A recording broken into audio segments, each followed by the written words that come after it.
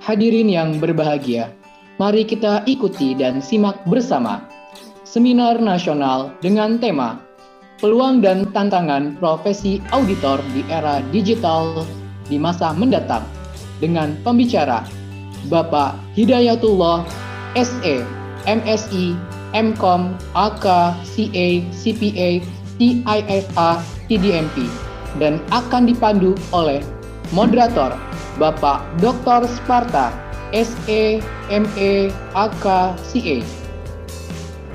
Share screen ya Pak? Ya silakan. Apakah sudah muncul? Udah Pak, jelas. Nah, di sini kita bicara peluang dan tantangan bagi terutama mahasiswa yang akan menjadi auditor. Selama ini kalau saya suka survei, mahasiswa tuh taunya cuman auditor IKAP. Padahal auditor tuh banyak sekali, sangat banyak sekali. Dulu saya mendirikan Auditor Indonesia itu pertama kali 2016 lewat grup Facebook. Kemudian beberapa teman mendorong Pak Hidayat dibikin yang formal aja gitu. Saya cari-cari modelnya organisasi nggak mungkin. Kemudian saya bikin yayasan. Sekarang member saya sekitar 6.000, tetapi member dari mahasiswanya dikit. Yang banyak itu dari inspektorat gitu, dari aktif gitu yang banyak gitu. Terus dosen sedikit, kemudian eksternal auditor gitu. Padahal jadi membernya tuh free, ada bahan-bahan di sana di sistemnya itu. Jadi saya lihat demografinya, oh berarti memang turun nih gitu. Kalau dari APIP mereka itu memang sengaja ikut karena mereka itu kalau saya lihat lebih haus ilmu. Jadi kalau kita ada acara bawa bayar atau gratis itu pasti hampir bisa dibilang 70% itu datangnya dari APIP, inspektorat dan internal audit dari pemerintah. Gitu. Kalau kita melihat dari tadi Pak Sparta sudah menjelaskan, saya macam-macam nyampur-nyampur kerjaannya Pak. Tapi yang selalu pekerjaannya itu tidak pernah diganti itu cuma dua, auditor sama dosen itu dari dulu. Saya mengajar dari kampus itu dari 2006, dari asisten dosen di kampus di Trisakti dan STI Trisakti. Kemudian lulus 2007 itu saya langsung menjadi auditor. Jadi saya pernah bekerja di perusahaan 1 tahun waktu ngerjain skripsi. Jadi karena ngerjain skripsi aja 1 semester, sebelum itu masuk ke perusahaan menjadi kepala bagian keuangan. Gitu. Di sana saya menemukan adalah ketemu dinding dan dinding. Gitu. Waduh, nggak cocok ini. Kan di ruangan gitu, depan komputer gitu, masukin data, kemudian laporan keuangan, ketemu 2-3 orang, paling direktur keuangan, direktur utama, meeting gitu. Saya bilang, aduh nggak cocok ini. Ini lama-lama kayak gini nggak berkembang. Kemudian saya lulus 2007 pindah ke kantor tan publik. Gabung di kantor tan publik 2007 itu di kap kecil.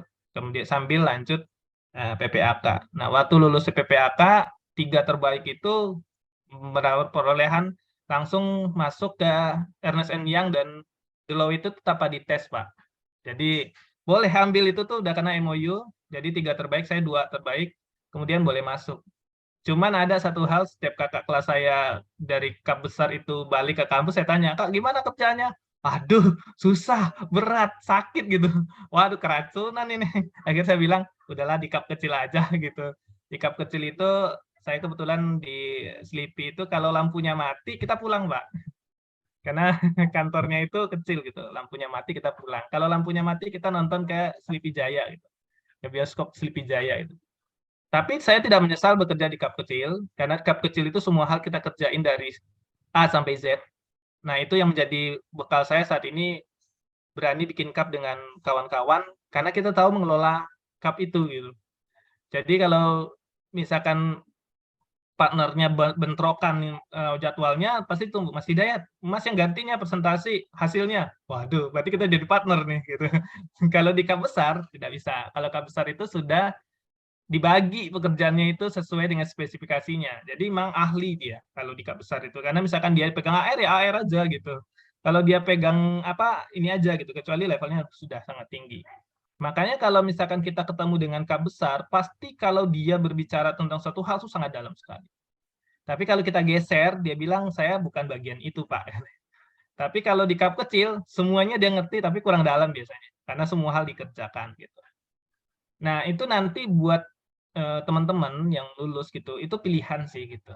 Kalau mau bekerjanya terstruktur dan rapi dan gajinya besar, masuk ke K besar, Big Four atau Big Ten minimal gitu. Kemudian kalau tahu semua hal proses audit, bahkan bikin kontrak gitu, isi kontraknya seperti apa, kerja di K kecil. Gitu. Tapi gajinya juga kecil. Saya pertama kali bekerja itu gajinya 1.250.000. Nah, waktu di PPAK zaman dulu itu saya sudah bisa mengajar Pak Sparta. Gaji mengajarnya lebih gede daripada gaji akuntan publik. Jadi malam saya ngajar gitu, di Trisakti saya ngajar, di Binus saya ngajar gitu ya. Kan waktu itu waktu pertama kali saya dapat saya lulus 2010 di S2, 2009 saya sudah mengajar di Binus, NIDN saya udah dapat tuh di Binus tuh. Oh iya. Iya. Saya sambil lulus PPAK 2008, pas kita sambil S2 itu boleh diajukan jadi dosen. Kalau sekarang kan nggak bisa, harus S2 Berarti dulu. Bapak mahasiswa saya di Trisakti itu, Pak. Oh iya, makanya saya bilang tadi ngelihat Pak Sparta, saya mahasiswanya Pak Sparta ini di Trisakti gitu. Iya. Nah, dapat saya bilang gaji dosennya lebih gede Pak daripada gaji kapnya. Tapi saya tidak meninggalkan kap karena dulu saya masuk akuntansi itu satu-satunya adalah pengen jadi auditor gitu. Nah, dulu masih enak. Oh, kalau jadi auditor ambil PPAK, dari PPAK baru bisa jadi auditor. Tetapi situasi berubah di tahun 2011 ya, dengan Undang-Undang AP itu. Sampai sekarang polemiknya, sampai tadi yang Pak Sparta bilang ceritanya itu sampai sekarang tuh Pak. Itu jadi masalah gitu. Kalau kita lihat di sini, ini sedikit tadi Pak Sparta juga sudah jelasin. Kalau kita lihat dari data BPS, ini tantangan buat teman-teman nih. Saingannya bakal keluar. Tadi Pak Sparta udah bilang sekitar berapa? 30.000 ya Pak. Itu banyak sekali loh seluruh Indonesia gitu. Dan semua orang itu ke Jakarta. Jadi teman-teman itu menunggu lawannya dari seluruh Indonesia. Karena teman-teman kan di Jakarta. Saya besar di Jakarta. Tadi saya sempat kita cerita saya dari SMP di Jakarta gitu. SMA di Jakarta, kuliah di Jakarta gitu. Saya tahu perubahan Jakarta itu.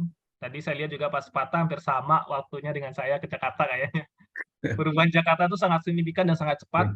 Ya, orang Jakarta itu nggak gampang tersinggungan, beda dengan orang daerah. Saya sekarang di Lampung, pindah ke Lampung, terus pertanyaannya orang suka bilang, kenapa Pak Hidayat pindah ke Lampung? Nggak tahan di Jakarta.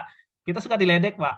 Bukan, saya ke Lampung itu mencari ketenangan. Padahal klien saya 100% dari Jakarta, Pak. Nggak ada yang di Lampung.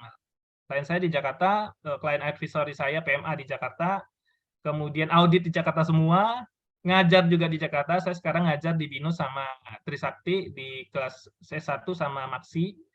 Jadi bolak-balik Jakarta. Saya bilang, enggak, tinggalnya di Lampung. Saya bilang, jajannya di Lampung, tapi cari uangnya di Jakarta. Saya bilang, kalau di Lampung kan murah jajannya. Saya bilang gitu. Padahal enggak, untuk ketenangan. Kalau di Jakarta itu Pak Sparta yang tinggal, mungkin Ibu Nova juga, kita tiap hari berjuang ya Bu ya. Makin hari makin macet gitu. Tapi itu positifnya adalah membuat sikap mental saya, Pak. Sikap mentalnya tangguh itu ke bawah gitu. Kalau teman-teman bersyukur di Jakarta, kalau dibandingkan dengan anak daerah, dikasih PR sedikit saja, ngeluh semua satu kelas. Jakarta mah ngeluhnya dalam hati gitu. Wah, Bapak ini kebanyakan PR. Kalau di daerah protesnya di kelas, Pak, kebanyakan Pak katanya. Aduh, nih repot nih kayak gini. Saya bilang, kalian ini mau bersaing ke Jakarta, dilibas sama anak Jakarta. Saya bilang gitu. Jadi kalau anak di daerah tuh saya sejatuh-jatuhin mentalnya supaya mereka itu sadar diri gitu. Kalau kalian ke Jakarta kayak gini nggak laku, kalian ke Jakarta kayak gini nggak laku, saya bilang gitu, biar mereka tahu. Kalau kalian di daerah saja nggak dapat kerjaan, saya bilang gitu. Ya mana perusahaan Jakarta? Orang daerah itu banyakkan perusahaan-perusahaan yang punya cabang di daerah tuh ngambil karyawannya dari Jakarta, Pak. Iya, betul. Karena kompetensi. Jadi kompetensi anak Jakarta dengan daerah itu jauh.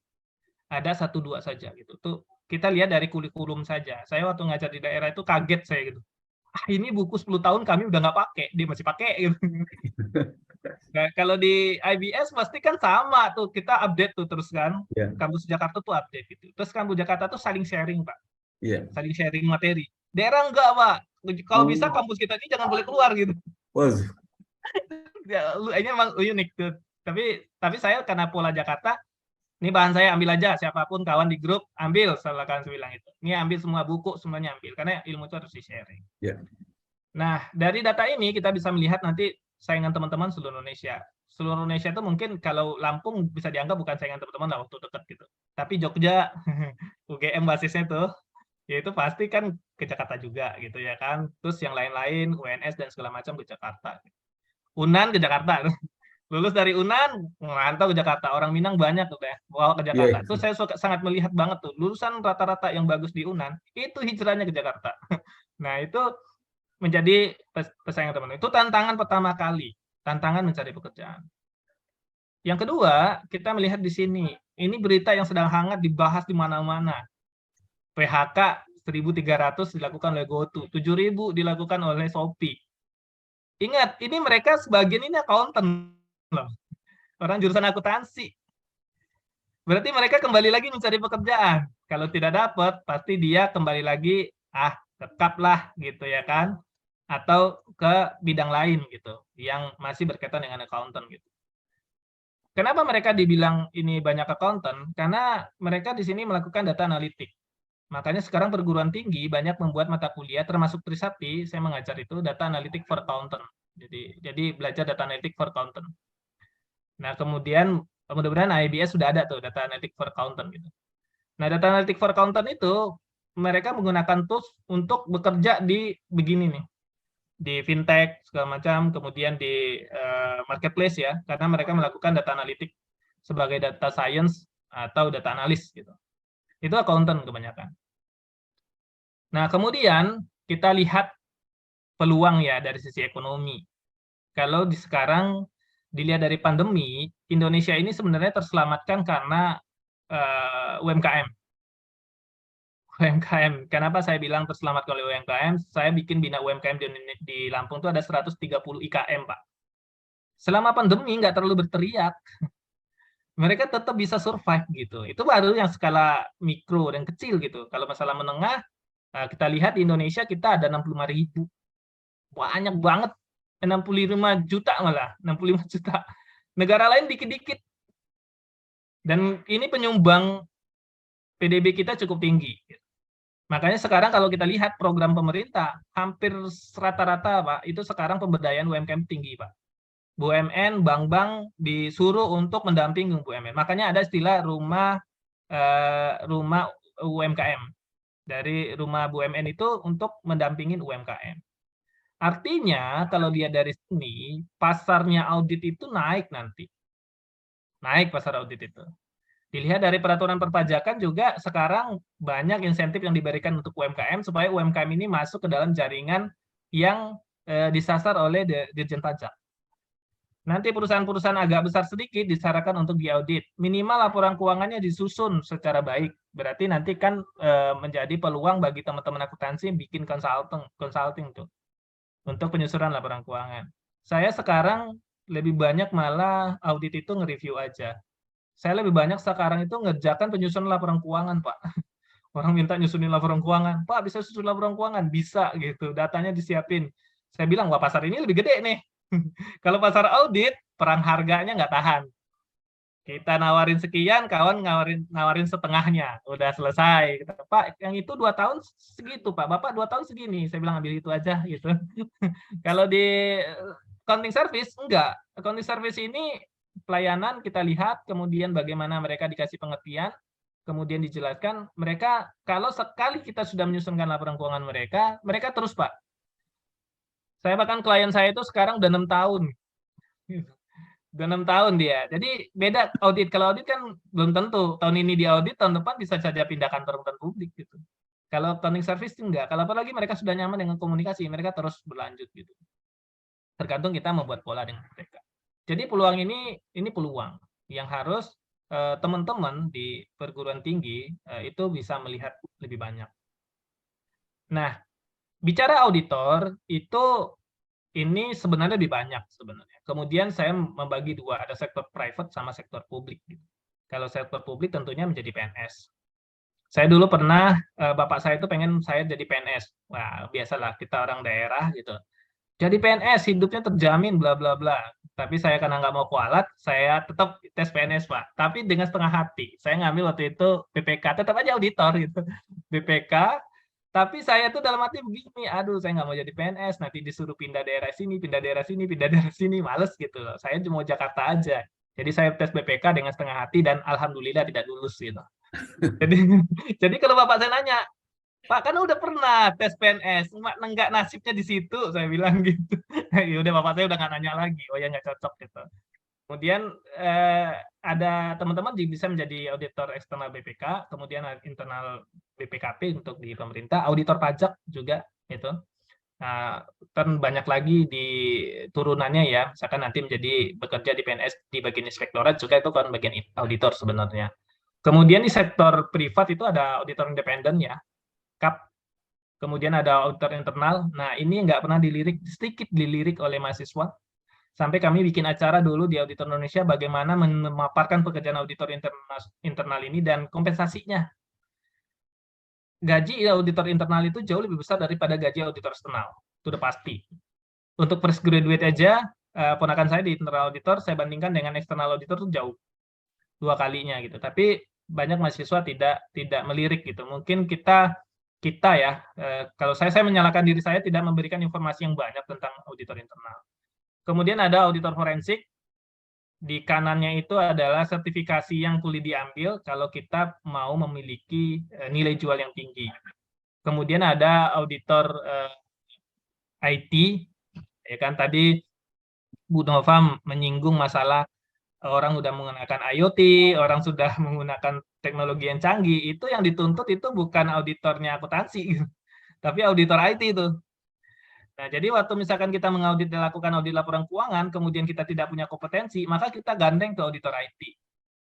Nah, waktu 2014 saya masuk kuliah, itu semua orang cukup meledek gitu loh. Nah, ngapain sih kerjaan pekerjaan ngambil IT gitu, termasuk keluarga saya juga sendiri mempertanyakan, udahlah ngapain ngambil S2 lagi, langsung S3 saja gitu, dia bilang gitu. Tapi saya berpikir begini, beberapa tahun ke depan, itu IT itu bakal semarak. Ternyata hitung-hitungan saya nggak salah, Pak. Bener gitu. Sekarang abang saya bilang, iya kalau tahu gitu saya ngambil juga dulu. Dia orang teknik kan. Alah, saya bilang udah terlambat. Dulu saya mah diceng-cengin aja tiap hari. Gitu. Jadi saya ambil tuh IT. Jadi saya ngambil di Budi Luhur karena dia kuliahnya Sabtu. Dulu saya mau ngambil di BINUS kuliah tiap hari. Waduh, jadi auditor, kemudian kuliah lagi bisa pecah pala. Pulang udah malam, pulang udah sore, tiap hari ngaudit, pergi lagi kuliah, wah sisa-sisa tenaga. Kemudian saya cari kampus yang hari Sabtu dari jam 8 sampai jam 6 sore. Ada di Budi Luhur. Selama kuliah, itu 18 orang di kelas, hanya saya satu-satunya anak accounting. Semuanya eskom. Aduh, berat nih. Dosen saya aja pertama kali ngomong begini, Mas Hidayat, ini kuliahnya nggak mudah ya, bagi anak eskom aja nggak mudah. Mas Hidayat harus banyak belajar gitu. Wah, itu dalam hati saya, aduh beneran nih, salah masuk gak nih? Tapi saya bilang, oke Pak, tolong dibantu, teman-teman dibantu. Kemudian saya belajar Senin sampai Jumat itu mempelajari materi S1, Pak. Jadi materi S1 itu pelajari, saya migrain 1,5 tahun. Luar biasa. Karena memaksa itu saya belajar dari jam 10 sampai jam 3 pagi setiap hari, Senin sampai Jumat itu. Jadi saya migrain. Saya bilang ini kalau lama-lama lulus migrain bisa permanen ini. akhirnya saya semester 1 langsung saya bikin tesis. Saya udah tahu berkaitan dengan sistem informasi akuntansi berbasis cloud untuk UMKM berbasis etap. Dan tetap orang accounting kan berbasis etap. Yeah. Kemudian saya lirik-lirik. Nah, nih dosennya ada nih MM nih. Pak, Bapak dari pembimbing saya. Boleh kata. Tapi kan pembimbingan baru nanti. Nggak apa-apa, bimbingan dari sekarang aja. Jadi saya udah nyicil dari semester 1, Pak. Karena saya tahu kekurangan. Kita bukan orang IT. Jadi perspektif accounting nggak bisa dimasukkan ke IT gitu cara nulis tesisnya. Kemudian alhamdulillah 3 semester selesai. Setelah saya selesai, nah disitulah saya bikin perusahaan IT pertama kali. Dari produknya tesis saya, Pak. Jadi jual software accounting itu dari tesis tuh produknya. Bikin aplikasi Pak ya? Iya, bikin aplikasi gitu. Jadi bikin aplikasi. Jadi, untuk UMKM. Jadi saya jual Pak itu. Nah saya jual kemudian. Itu ada di Play Store ya? Bukan, dia web based Pak. Dia web based, jadi dia bukan aplikasi mobile. Yeah. Nah, di sanalah saya kemudian di-hire oleh grupnya Jam Sostek untuk memegang 70 klinik habis itu. Untuk dari 2013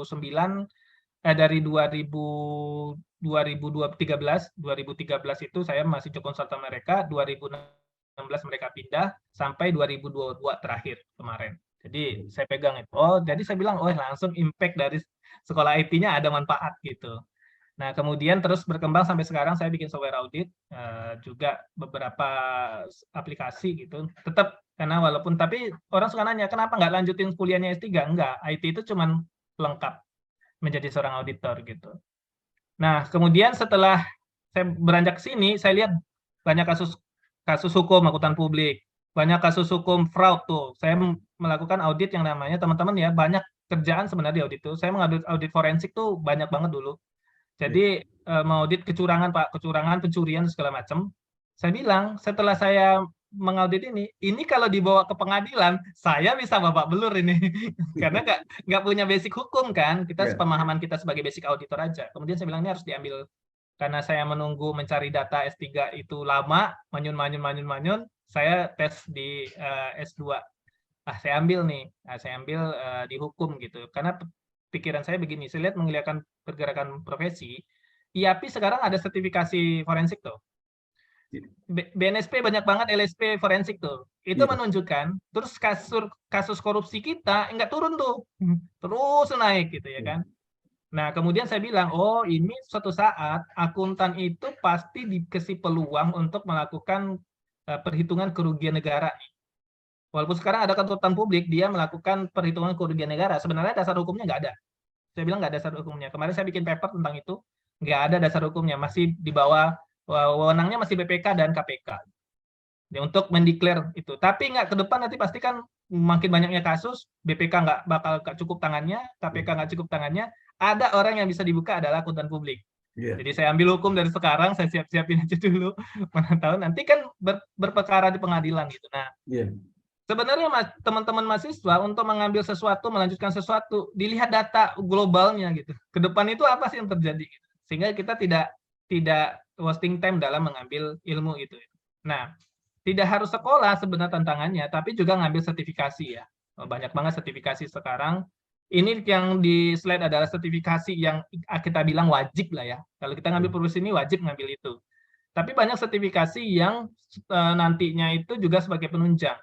Salah satunya sertifikasi berkaitan dengan risk management, Pak Sparta. Risk management ini, semua lini saya lihat sekarang, kami suka di forum internal auditor itu mencari orang yang mengerti tentang risk management. Nah, itu masih sangat kurang gitu. Ya, walaupun di perguruan tinggi kita ada mata kuliah risk management ya, ada mata kuliah risk management. Tapi kadang-kadang mahasiswa nggak tahu mata kuliah ini mau jadi apa gitu. Padahal sekarang itu jadi primadona tuh risk management. Itu sangat primadona, mau masuk mana aja. Termasuk auditor sekarang sudah harus berbasis risiko. Auditnya harus berbasis risiko tuh. Nah, jadi sertifikasi itu bisa diambil teman-teman. Dari mana? Dari mana saja. Sertifikasi boleh dari mana saja. Yang penting setelah sertifikasi cari lingkungan untuk penjagaan keilmuannya, baik dalam forum-forum, komunitas-komunitas, ikut seminar-seminar, baik gratis atau berbayar untuk menjaga keilmuan itu penting. Nah, kemudian dari sini bisa dilihat mana yang dilirik. Ini adalah opportunity-nya dari sisi profesi yang diambil. Nah, kalau di kita, di accountant itu, di bawah PPK itu ada kurang lebih 6, ya, termasuk akuntan publik dan segala macam itu di bawah Kementerian Keuangan. Jadi, izin-izinnya kita itu dari Kementerian Keuangan, gitu. Akuntan publik, kemudian jasa KJA itu semuanya dari akuntan profesional, pengabar praktek itu dari Kementerian Keuangan. Wewenang untuk memberikan izin, gitu. Nah, ini data nih, ini data langsung dari Kementerian Keuangan saya minta, karena tesis saya meneliti tentang ini. Kemudian saya minta yang merah-merah itu kita defisit, Pak. Kasihan benar sudah. 60%, 65% akuntan publik Indonesia itu berumur 50 tahun. Jadi teman-teman mahasiswa lihat 65% berumur 50 tahun. Kalau teman-teman nggak mau masuk ke dunia ini, besok kita digantikan oleh orang Singapura tuh kata Pak Sparta. Kita digantikan, mereka masih muda-muda sudah accountant. Ya kan? Dan kalau kita di sini kita lihat, saya kuningkan itu adalah 2011 itu saat Undang-Undang AP keluar. Itu dari banyak langsung menurun tahun depannya. Kenapa? Orang takut ternyata ada sanksi hukum. Nah, kemudian sanksi hukum itu pernah diajukan ke MK untuk dicabut, ternyata ditolak oleh MK. Jadi MK menyatakan nggak ada masalah itu, gitu. Harus ada jaminan hukumnya. Kemudian di 2016-2017 itu banyak lagi. Itu masa transisi, pola uji kompetensi akuntan publik itu berubah, Pak. Itu tahun-tahun di mana banyak orang dilolosin. Udah 4 kali ujian, nggak lulus-lulus, dilolosin itu. Udahlah, lulusin aja, udah 4 kali ujian gitu. Itu banyak istilah kami dulu pemutihan tuh. Diputihkan di zaman itu 2016-2017. Termasuk partner saya sudah tua, Pak. Itu Iya. dilulusin 2016 gitu. Saya bilang, wah ya ini beruntung. Setelah itu lihat datanya. Ini bukan data create-an saya, ini data yang saya ambil 23 tahun dari Kementerian Keuangan langsung. Jadi saya minta. Jadi kalau misalkan IAPI suka bantah, oh nggak segitu, nggak bisa yang ngeluarin izin Kementerian Keuangan, Anda mau bantah seperti apa? Gitu. Ini kalau dibawa ke IAPI suka dibantah, oh enggak, kita bertambah kok tiap tahun. Oh, ini data Kementerian Keuangan kok. Langsung, saya ada suratnya minta, saya ada balasan dari mereka. Nggak mungkin mereka ngasih data fiktif untuk pendidikan, karena kan mereka ngasih izin. Lihat, akuntan publik aja kita minus loh Pak, 2022, mudah-mudahan sekarang bertambah. Minus 21. Minus kenapa? Izinnya mungkin banyak dikasih, tapi yang meninggal lebih banyak lagi. Setiap minggu, innalillahi, meninggal Bapak 80 tahun, partner A sekian 10 tahun. Itu kalau partnernya tunggal, kapnya bubar, udah. Nah, berarti kan kalau kapnya berkurang, AP-nya berkurang, kalau tunggal, KAP-nya juga berkurang. Jadi kalau di 2000 kemarin waktu saya minta di bulan April itu sekitar 1.425 akuntan publik kita, jauh di bawah. Kemudian akuntan publik kita kantornya 467 kantor gitu. Nah, ini opportunity kita. Kita itu, saya termasuk Pak Sparta gitu. Kita belum tua-tua amat Pak untuk jadi AP kalau mau. Tapi kata Pak Sparta, wah kerjaan sekarang aja kita udah banyak. Ya, berarti tugas kami adalah menyiapkan teman-teman ya, adik-adik nih ya Pak, untuk mereka ke sini nih gitu. Karena ini peluang. Teman-teman kalau sudah menjadi AP, buka kantor sendiri saja, nggak usah deh yang gede-gede deh, nggak usah yang gede-gede kliennya. Klien yang 20 jutaan aja dapat 10, udah tenang-tenang lah gitu ya kan. Yang pokoknya transaksinya sedikit, yang tadi UMKM kan, tadi sedikit. Kantor saya aja punya kebijakan Pak. Ambil saja klien yang bisa kita kerjakan 2 minggu. Artinya itu transaksinya dikit. Kalau udah kliennya banyak mintanya, banyak skopnya, nggak usah masukin penawaran. Kenapa saya bilang? Karena megang klien 20 setahun saja itu sudah sangat berat sekali gitu. Berat apa? Pertama berat nanti pertanggungjawabannya. Kita expired pertanggungjawaban kita itu 5 tahun sama dengan masa pajak. 5 tahun itu berarti kita akan dipanggil-panggil tuh. Kalau dia kalau diperiksa pajak kita dipanggil juga gitu. Kalau perbedaan. Berarti 5 tahun. Kemarin saya bertemu dengan kawan yang akrab lah, gitu. Kemudian ngobrol-ngobrol dia bilang, pokoknya saya tahun ini nggak mau lebih dari 20. Tuh, saya bilang, biasanya banyak kliennya. Enggak, katanya. Ngeri-ngeri juga ngelihatnya, katanya. Artinya, opportunity masih luas. Ngerinya kenapa? Pertanggungjawaban. Tapi teman-teman kalau punya manajemen yang bagus, kemudian teman-teman merekrut yang bagus, banyak kok kap-kap lokal sekarang gede. Gitu. Banyak banget. Nah, ini data yang adalah opportunity kita. Nah, tapi untuk mendapatkan ini ada jalurnya. Nah, jalurnya ini yang tadi Pak Sparta udah kasih spotlight di awal. Jalurnya nggak mudah sekarang gitu, memang. Jadi jalurnya kalau dilihat panjang memang. Teman-teman kalau mau dari sekarang nanti lulus S1 langsung ambil dulu ujian tingkat dasar. Ya kan, ambil ujian tingkat dasar. Ujian tingkat dasar tuh mata kuliahnya tuh ada 5. Satu mata kuliah yang dipakai waktu S1 tuh, benar-benar waktu S1 tuh. Mungkin saya suka menyarankan perguruan tinggi begini. Mungkin di semester-semester akhir, Pak, mungkin di semester-semester lagi skripsi, yang nggak skripsi itu, mungkin perlu dikasih pendadaran untuk 5 mata kuliah ini, Pak. Pengulangan untuk mereka persiapan mengambil ujian tingkat dasar bagi yang berminat untuk jadi akuntan publik. Itu mungkin bagus juga. Nah, mereka dapat ujian dasar, nanti setelah teman-teman lulus, kemudian teman-teman bergabung di kantor akuntan publik, ngambil ujian tingkat profesional. Ya, tingkat profesional. Nah, kemudian setelah itu, setelah berpengalaman 3 tahun, baru bisa melakukan pengajuan untuk ujian level tingkat lanjut namanya, untuk tingkat mengambil sertifikasi. Gitu. Nah, di sini kalau kita lihat modelnya, banyak barrier to entry-nya. Gitu.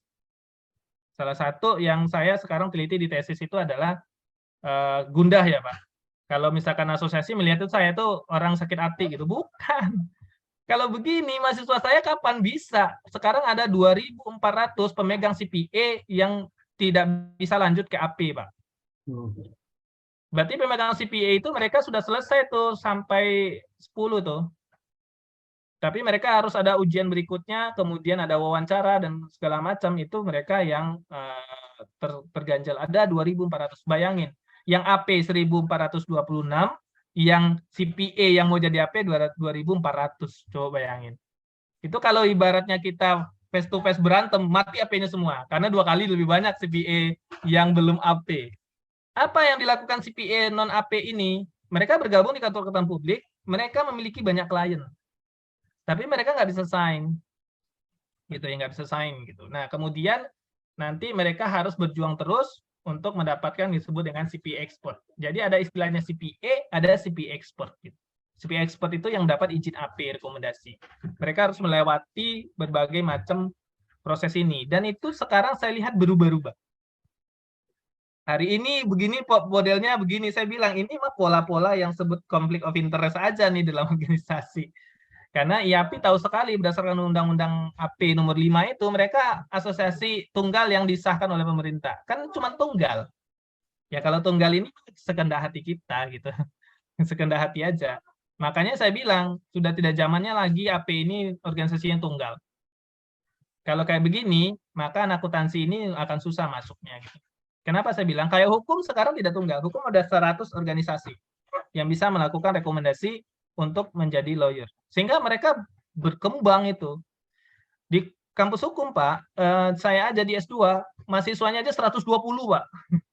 Luar biasa ya. Iya, luar biasa, makanya S1-nya itu meningkat banget. Kenapa? Orang kepastian untuk dia bisa beracara, jadinya tuh tinggi. Tinggi ya. Dulu dipegang oleh Pradi aja, aduh, dulu dipegang Pradi dia bilang itu. Kalau, ini kata kawan-kawan hukum nih, dulu kalau ujian 100, lulus 30, 70 nggak lulus. Waduh, dibilang itu. Sekarang ujian 100, 70 lulus, 30-nya nggak lulus. Kalau di IAI pernah Pak, ujian 1000 orang nggak lulus satupun. Aduh, nah makanya. Lebih 2000 nggak lulus satupun. Nah itu, model itu. Dulu mungkin waktu saya ingat, dan mungkin Pak Sepata ingat, waktu PMK 25, register negara wajib cuman CA. Itu kan termasuk saya yang gugat itu. Gugat bener itu. Akhirnya keluarlah PMK 216, akhirnya kalau dapat CPA, CPME, dan CA boleh register negara. Nah, oke, setelah itu saya udah 3, nggak boleh monopoli. Sama pada intinya jangan dimonopoli. Monopoli itu menyebabkan nanti barrier to entry dibuat. Betul. Karena conflict of interest. Kita di akuntan ini conflict of interest-nya tinggi. Saya kebetulan memegang 4 asosiasi kesehatan, Pak, termasuk uji kompetensi apoteker. Bukan yang menguji apoteker, bukan asosiasinya, Pak. Jadi yang menguji apoteker itu konsorsium, perwakilan dari asosiasi, perguruan tinggi, kemudian perusahaan farmasi, kemudian dari Dinkes, kemudian mereka membuat satu konsorsium, mereka yang menentukan soalnya, mereka yang menguji, setelah lulus baru diserahkan organisasi. Jadi nggak ada yang bisa organisasi bilang, oh udah kebanyakan apoteker, kita kerap, nggak bisa, Pak. Iya. Karena mereka bukan mengambil keputusan. Setelah lulus baru diserahkan, oh ini udah lulus ya jadi apoteker, jadi anggotamu. Gitu. Kalau di kita tidak, Pak. Yang bikin soal asosiasi, yang nguji asosiasi, dalam asosiasi juga pelaku usaha. Nah, di sini masalah conflict of interest-nya kalau kita pakai teori conflict of interest. Nah, kemudian saya bilang, oh ini nggak bisa. Nah, kita melihat dari sisi hukum, itu meningkat. Jumlah orang menjadi lawyer itu meningkat. Gitu. Dan banyak kantor hukum, akhirnya juga banyak orang dapat pelayanan hukum. Ada yang bilang, berarti fee-nya bagaimana? Fee kembali lagi kepada kualitas pelayanan. Nanti akuntan publik, fee kembali lagi kepada bagaimana kita mengaudit yang benar. Yang nggak benar, udah mati sendiri. Nah itu.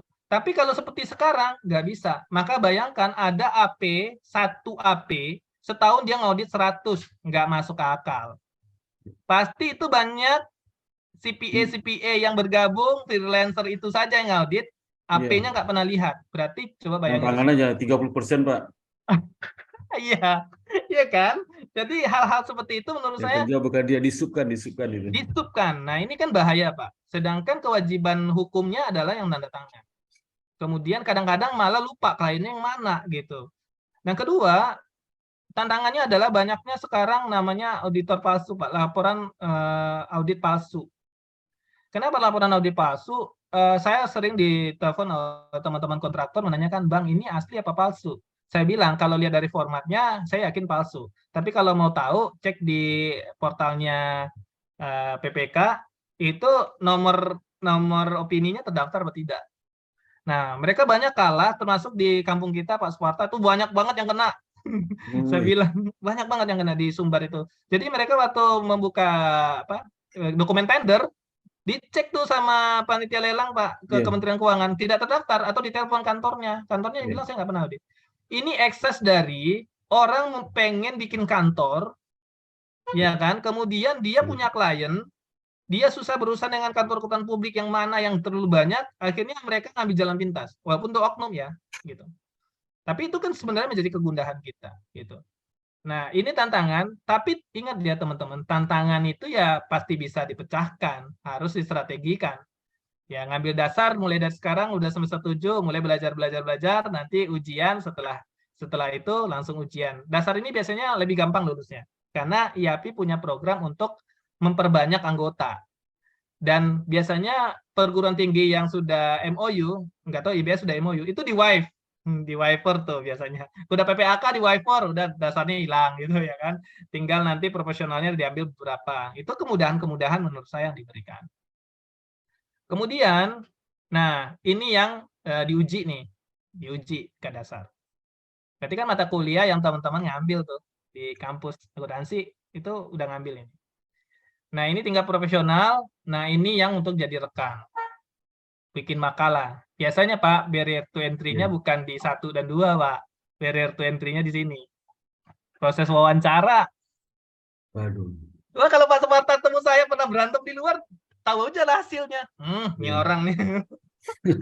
Pertanyaan yang tidak bisa ditebak. Ya kan, kata kawan-kawan saya pertanyaan nggak bisa ditebak katanya. Iya, saya bilang ya, kalau namanya wawancara, pertanyaan di wawancara ya tergantung yang nanya. Saya bilang itu. Walaupun IAPI berargumentasi, kami punya rekamannya boleh dinilai. Ya. Kalau di sini kan subjektivitasnya tinggi. Iya. Nah, sehingga di sinilah banyak nggak lulus gitu. Tapi di sini kemungkinan lulusnya tinggi. Nah, di sini nanti yang ketemu CPA yang 2.400 yang udah CPA, Pak. Tetapi dia belum dapat izin AP karena melalui proses ini. Nah, ini teman-teman, selain teman-teman juga mempersiapkan namanya materi ya, materi ini adalah materi yang sudah kita pelajari di kampus, juga menyiapkan budget. Menyiapkan budget ada 11 modul gitu. Dia menyiapkan budget untuk ujian. Nah, kemudian ini karir. Nah, ini saya ambil dari AICPA. Ini sama sebenarnya, di Indonesia juga sama. Cuman kadang-kadang Pak, mahasiswa kita ini nggak tahan, Pak. Iya. 1 tahun keluar. Berarti kalau 1 tahun masih tetap auditor tuh. Pak, memang harus tak begini. Secara pengalaman memang begitu. Gitu. Kematangan itu memang dilakukan itu. Saya dari 2007 sampai hari ini saya tidak berhenti menjadi auditor. Berarti sudah kalau dikalkulasi dengan waktu udah levelnya partner gitu. Itu jam kerjanya ditentukan. Nah, ini kan di kantor akuntan CPA itu ada 3, misalkan menjadi tax atau consulting. Di CPA itu ada 3 bagian kan, auditor atau tax consulting atau consulting sendiri, advisory biasanya. Biasanya di kantor-kantor besar itu sudah dia bagi 3 divisi. Nah, ini pengalamannya sama. Jadi 1-3 tahun barulah kita nanti naik ke level senior. Nah, sampai 6 tahun baru kita masuk menjadi audit manager. Di atas 6 tahun, barulah kita nanti bisa ke level partner dari sisi pengalaman.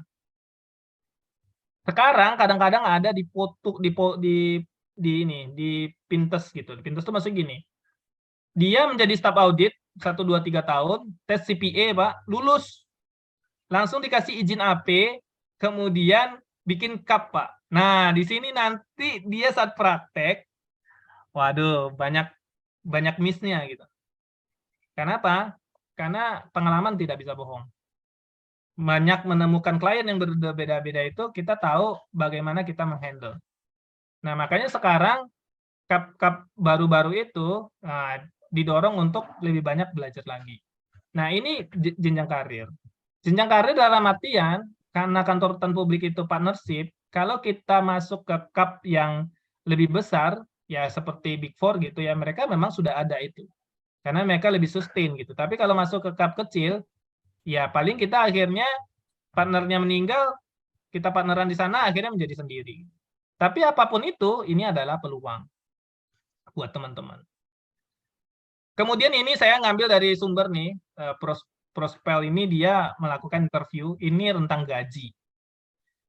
Tapi ini bukan gaji bonus ya, beda dengan bonus dan awang saku dan segala macam. Ini anggap gaji pokok.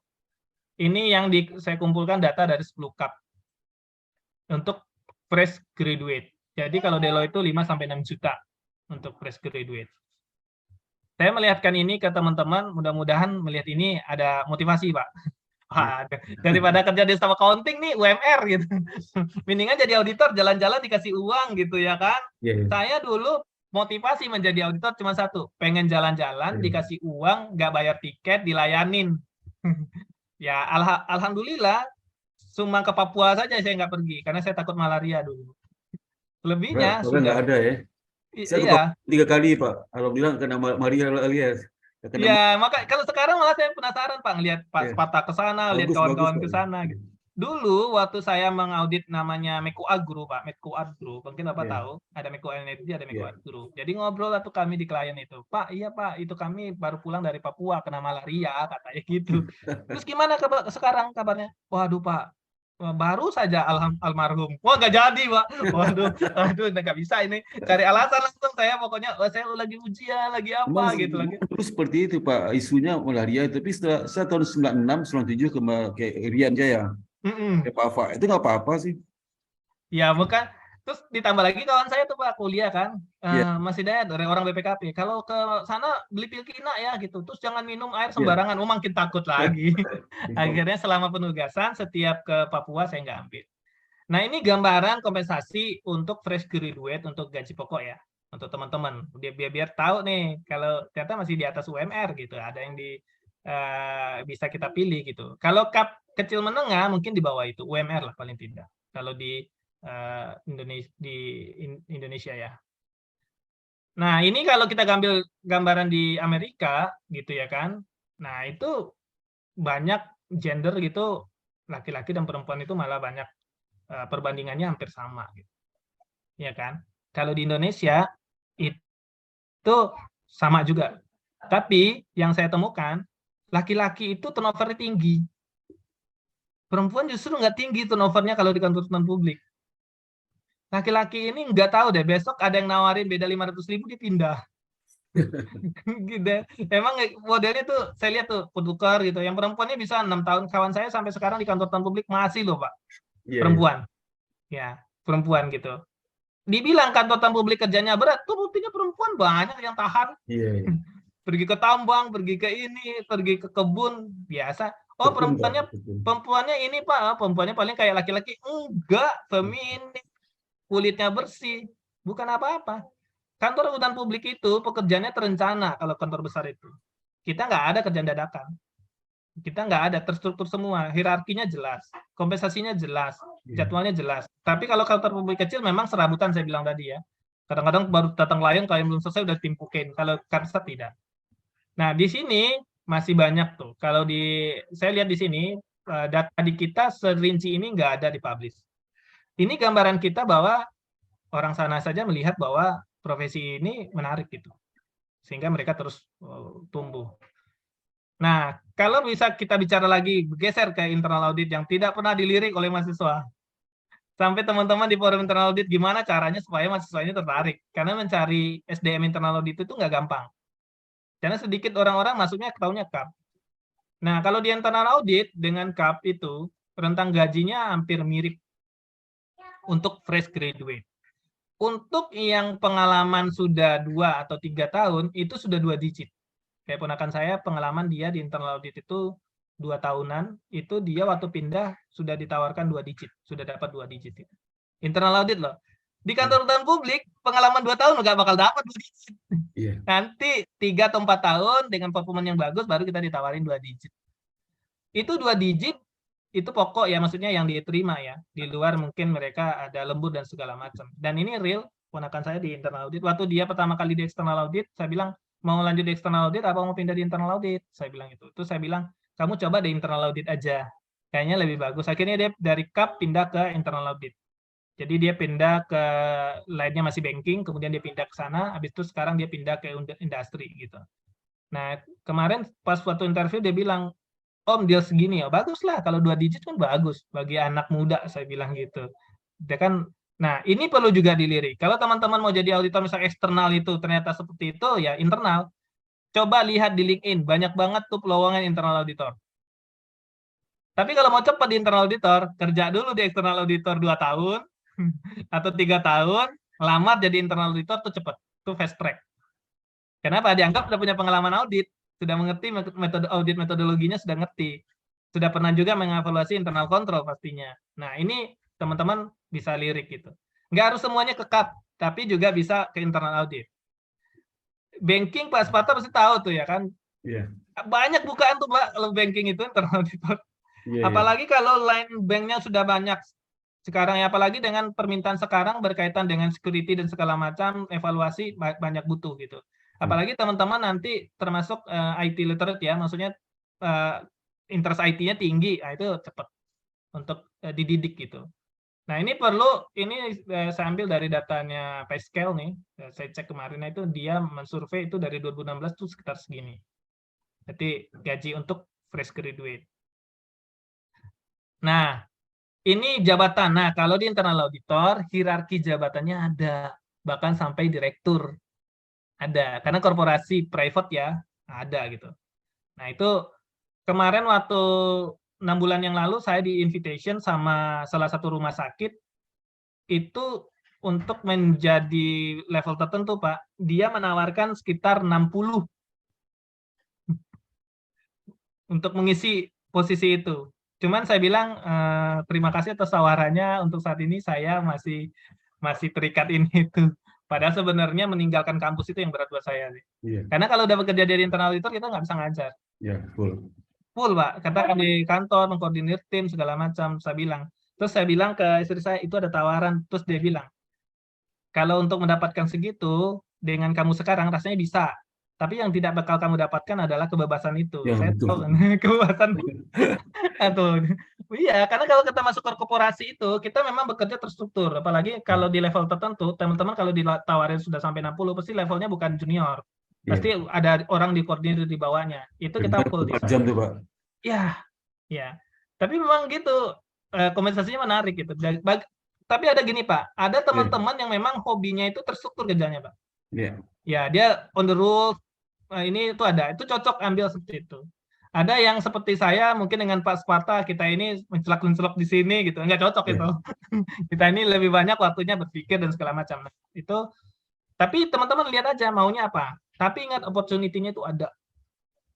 Gitu ya kan. Nah, ini sebutan-sebutan kalau di lowongan nanti nih sebutan Chief Audit Executive gitu. Itu head kepalanya. Atau ada Chief Internal Auditor, Direktur, Presiden, itu paling tinggi posisinya. Kalau udah sampai head ini, ya pasti ratusan gajinya. Ya kan?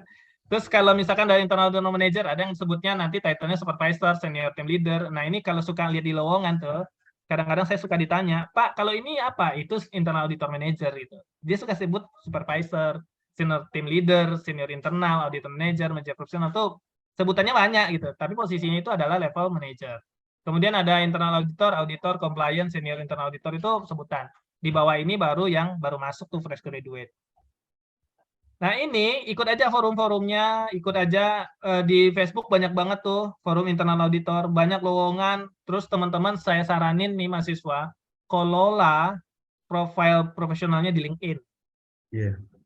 Itu penting. Jangan LinkedIn dia dijadikan Facebook dan Instagram. Keluh kesah di sana, curhat di sana, jangan. Itu mematikan karakter profesional. Kalau mau banyak tulisan di Facebook, nggak apa-apa gitu ya kan, gitu sosialita bener. Tapi kalau di LinkedIn, kelolalah, misalkan nih ikut seminar gitu ya kan, punya LinkedIn, ikut seminar, posting di situ, iya kan. Oh ini orang kompetensinya ada gitu. Besok ikut seminar lagi di kampus, posting di LinkedIn. Nah, di LinkedIn itu nanti kita di invitation sama orang, oh ini cocok nih, diundang untuk kita interview, ya kan. Apalagi kalau kita buka di situ, kita open. Artinya kita open untuk diundang. Itu bisa diundang. Itu banyak banget orang nyari di LinkedIn. Termasuk saya untuk mencari sesuatu tuh di LinkedIn. Kita bisa lihat profilnya. Kita bisa lihat dia dari mana. Kita bisa lihat dia aktivitasnya mana. Maka mengelola LinkedIn itu perlu. Nah, kalau mahasiswa saya bilang, jangan sekali-kali posting di LinkedIn sama dengan di Facebook. Iya. LinkedIn itu posting kegiatan di kampus, pembelajaran kalau mahasiswa, kemudian seminar yang kalian ikutin, berorganisasi kalian ikutin, posting di situ nggak apa-apa. Bikin narasi yang bagus, karena itu jejak digital yang akan dicek sama orang lain. Sekarang kalau kita melakukan rekrutmen, pasti diminta mengisi media sosial. Tahu nggak tujuannya apa? Kita akan di-trace 3 bulan terakhir, apa yang kita lakukan di media sosial. Yang nggak punya media sosial, langsung di-rejected. Berarti orang ini nanti dia tidak melakukan komunikasi yang bagus. Yang punya media sosial di-track sampai mundur ke belakang. Dia ngapain nih? Gitu. Dia tipikalnya anaknya ngapain nih? Disiplin atau tidak? Dia tipikalnya suka mengeluh. Tipikalnya nggak dibawa tekanan. Nanti diseleksi. Orang begitu caranya sekarang. Yeah. Nah, itu dikelola. Maka teman-teman media sosial itu dikelola benar. Gitu. Ya kan? Dengan hal-hal yang positif. Gitu. Kata orang pencitraan, kita harus bangun citra kita sebaik mungkin. Supaya orang lain tahu gitu untuk kita seperti apa. Gitu. Kemudian kita lihat di sini lagi. Nah, ini step kalau menjadi internal auditor. Jadi dari kita mulai tahu dulu, ya kan, internal auditor itu apa yang harus disiapin kompetensinya. Itu banyak hal yang sama dengan external auditor, hampir mirip, kemudian kita siapin nanti sampai kita meng-apply menjadi internal auditor. Apalagi kalau teman-teman punya seminar-seminar, kalau teman-teman tertarik oleh internal auditor, perbanyaklah ikut seminar-seminar internal auditor. Sehingga di CV-nya banyak tertulis di situ kan, ikut seminar internal auditor, berarti interestnya ke.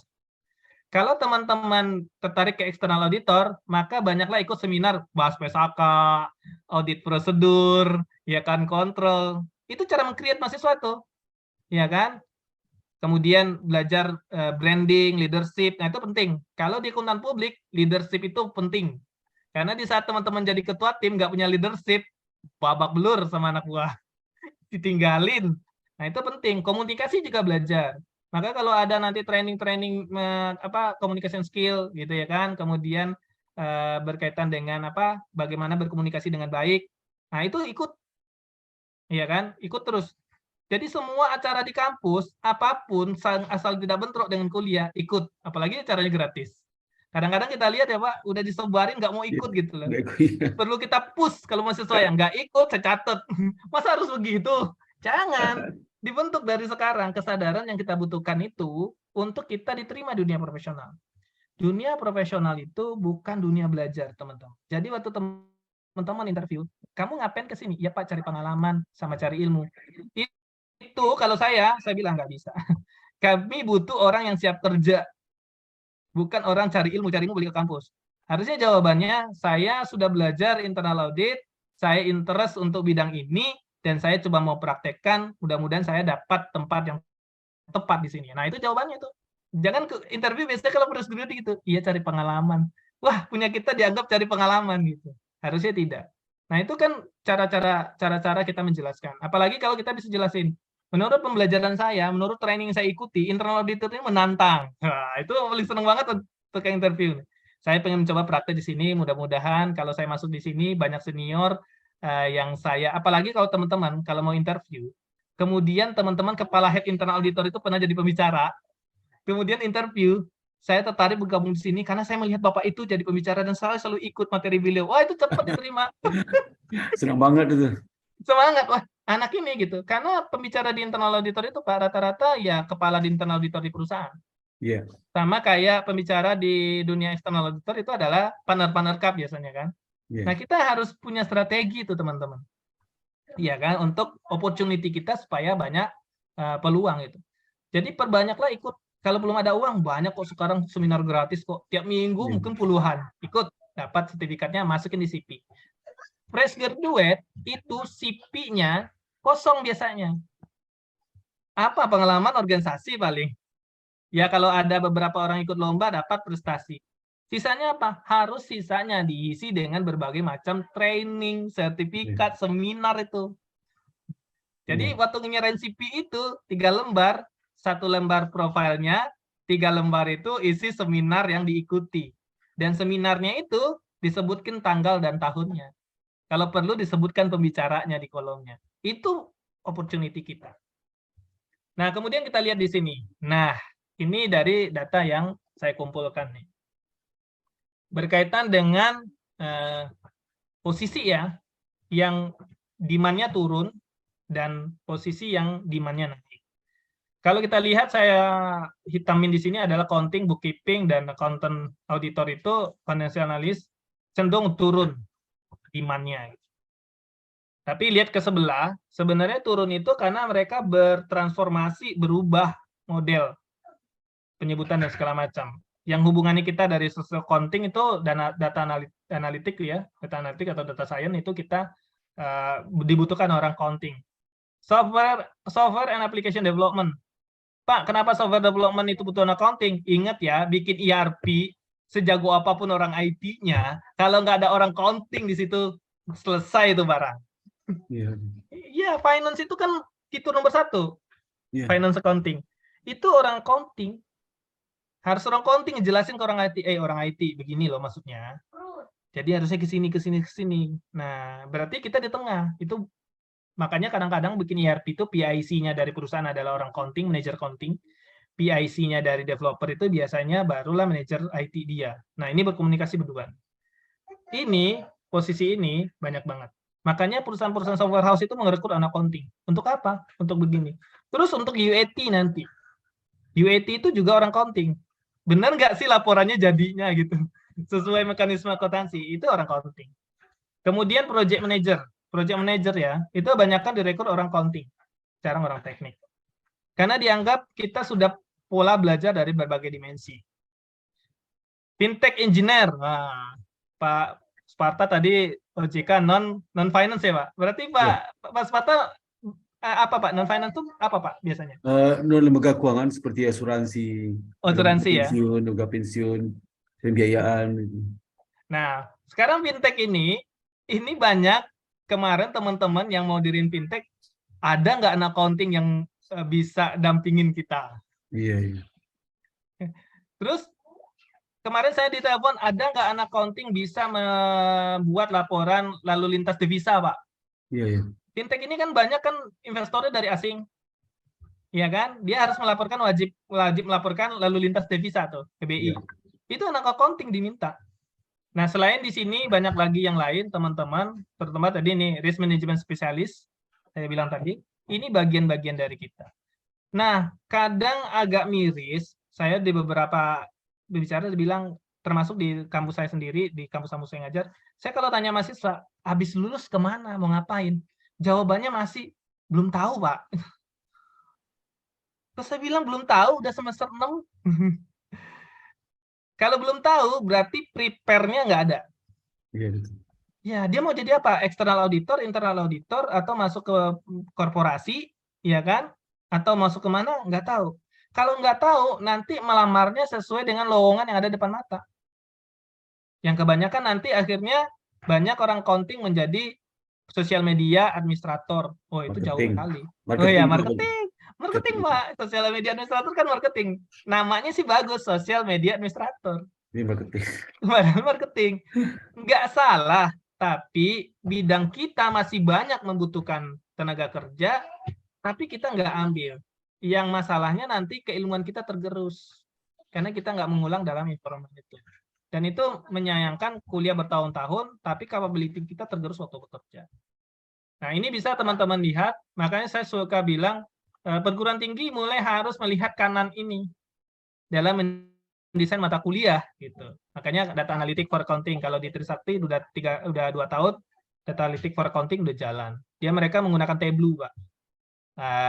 Softwarenya. Jadi melakukan analisis. Tableau itu dipakai oleh Gojek, oleh marketplace itu menggunakan sebagai data analytic. Nah, ini top scale 2025. Ini sebagai perspektif aja ya. Bahwa yang dibutuhkan di 2025 ini berdasarkan World Economic Forum 2020. Terus kanan itu saya ambil dari data LinkedIn Economic Grab tuh. Coba lihat, memang banyak sih basisnya IT. Di kiri juga basisnya IT. Tapi ingat, jangan terkecoh sama judulnya. Software Development Lifecycle Engineer butuh accounting. Ya kan, business management butuh timnya accounting, ya kan. Kemudian di situ berkaitan dengan data science, accounting masuk, ya kan. Paling nanti mereka mengajarkan kita sedikit, biasanya menggunakan simple query ya, simple query untuk menarik data itu. Nah, kemudian banyak yang lain lagi gitu. Terus bagaimana Pak kita mau ini? Nggak perlu sekolah IT kayak saya, jangan. Tapi perlulah sekarang mendekatkan diri dengan IT. Itu penting. Kalau zaman teman-teman, kayaknya nggak ada yang nggak bisa komputer kayaknya. Kalau zaman saya dulu masih banyak tuh baru kenal komputer di SMP. Ya kan, kalau zaman Pak Sparta mungkin kenal komputer lebih jauh lagi. Kalau anak sekarang nggak mungkin nggak kenal komputer. Bisa. Lebih canggih anak sekarang. Makanya kan masuk sekarang Society 5.0. Society 5.0 itu adalah otomisasi terintegrasi maksudnya. Kalau 4.0 itu dulu kan membiasakan orang dengan menggunakan teknologi. Semuanya dengan teknologi. Sekarang 5.0 itu adalah integrasi, terkoneksi, otomisasi dalam satu environment. Jadi jangan heran nanti semuanya ada isu bahwa ATM akan dihilangkan. Itu bukan sekedar isu, lihat aja nanti ke depan. Sekarang orang transaksi sudah menggunakan QR code semua kok. Bisa bayar lewat apa saja, menggunakan kris kan? Udah begitu saja semua belanja. Bahkan teman-teman kalau ke BINUS kebetulan saya ngajar, di kantin nggak bisa pakai tunai, Pak. Aduh, harus top up dulu. Atau menggunakan handphone. Nanti kan udah terkoneksi gitu. Sehingga mereka bisa melakukan evaluasi apa yang anak-anak beli, apa yang laku gitu. Nah, kemudian, ini berdasarkan ACFE ya, Association Certified Fraud Examiner. Ini adalah pengetahuan dan kemampuan atau skill yang dibutuhkan untuk menjadi auditor apa aja sebenarnya. Pertama, business industry standard. Teman-teman jangan tidak aware ya, bahwa setiap industri itu punya pola tersendiri. Harus paham tuh, harus baca-baca gitu ya kan. Kemudian internal control. Nah ini, di kampus kita sudah ada pelajaran internal audit. Kalau bisa, internal audit itu nilainya harus A. Serius belajarnya. Kemudian governance, risk, and compliance, tadi risk. Ya kan. Sekarang lagi heboh di internal auditor tentang ini Pak, governance ini. Yeah. Governance, risk, and compliance, internal audit sekarang. Kalau kita lihat sekarang banyak training-training membahas ini. Ya kan? Kalau financial statement itu udah pasti, anak akuntansi harus udah paham tuh. Ya kan? Kemudian berkaitan dengan International Professional Practice Framework IPPF. Itu ada tuh bukunya, di-download aja, baca apa sih Kak. Kalau Sarbanes-Oxley kan banyak instrumen di dalamnya. Kemudian Computer Application and their Function. Teman-teman sekarang Excel jangan hanya bisa tambah kali kurang. Spreadsheet jangan hanya tambah kali kurang lagi, harus sudah bisa menggunakan function, salah satunya itu.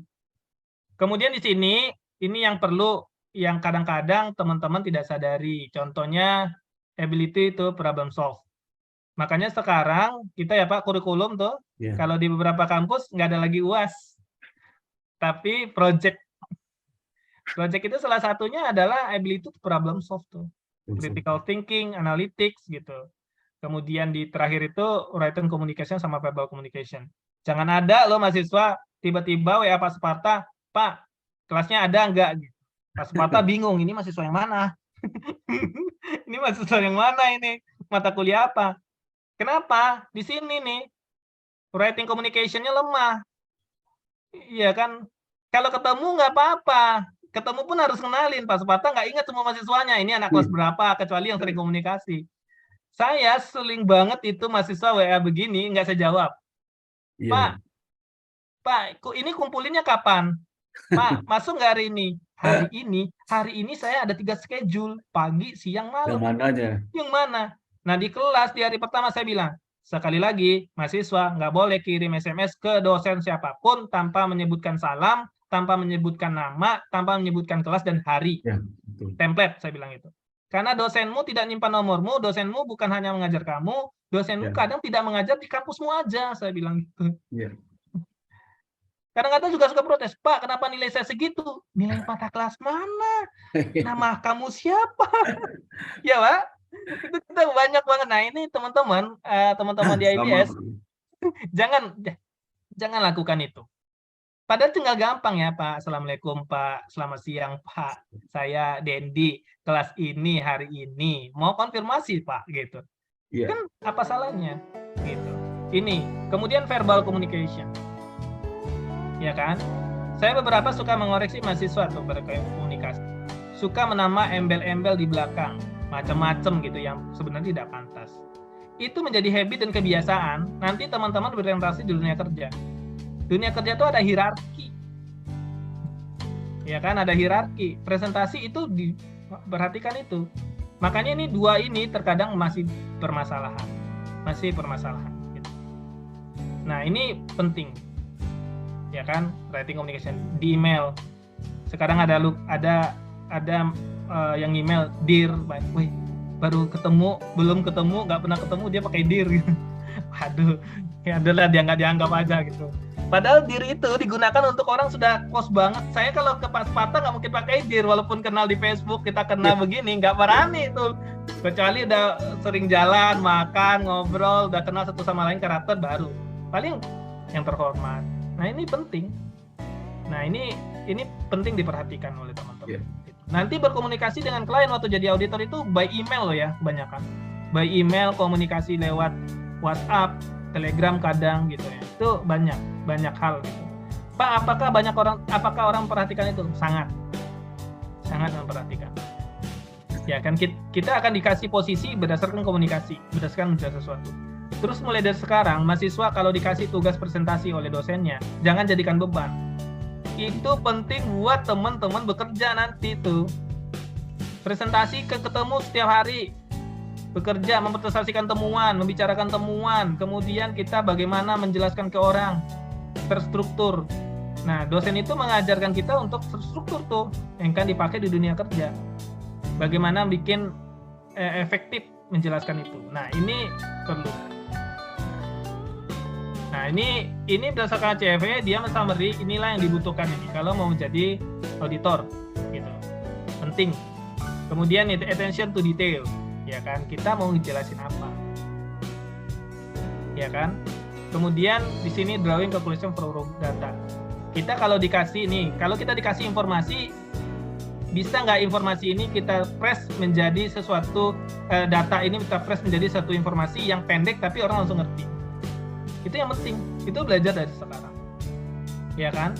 Tapi satu hal lagi, teman-teman, hal yang jangan pernah ditinggalkan adalah setiap hari harus punya target membaca sesuai bidang yang akan dituju. Itu dulu. Karena nanti teman-teman waktu melakukan di interview sama orang, itu dia akan tanya bidang itu, bukan bidang yang lain. Jadi dari sekarang siapin, saya mau jadi external auditor, perbanyak pembaca, termasuk paper-paper kata Pak Sparta tadi, itu banyak sekarang itu, yang terbaru-terbaru. Kalau masuk nanti di internal auditor banyak baca tuh, berkaitan dengan internal auditor. Sekarang semua informasi terbuka, materi banyak banget, di YouTube banyak banget, didengerin itu. Saya dulu waktu kuliah komputer, itu 1,5 tahun setiap hari saya nonton YouTube berkaitan dengan IT. Kenapa? Lumayan untuk menambah wawasan itu. Jadi bahkan ada salah satu ahli IT menurut saya itu sampai hari ini. Pak Hidayat, mohon maaf Pak, waktunya 3 menit, 4 menit lagi Pak.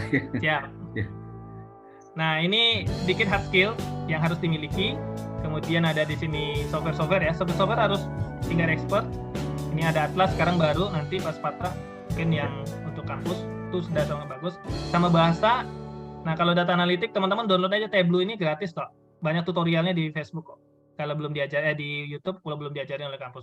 Terus digital marketing juga belajar karena itu untuk mempromosikan apa kalau teman-teman punya jasa, punya capability untuk lakukan. Oke. Yang jelas semua profesi itu sama menurut saya. Yang membedakan keseriusan kita dalam menjalani dengan terus menambah kemampuan dan memperbarui ilmu yang selalu berkembang. Itu yang penting. Jadi mau profesi apa aja, itu sama aja. Asal kita serius, asal kita terus mengikuti ilmunya, terus berkembang, terus bergaul, maka kita akan mendapatkan kesuksesan di bidang itu. Mungkin itu Pak, pas banget waktunya.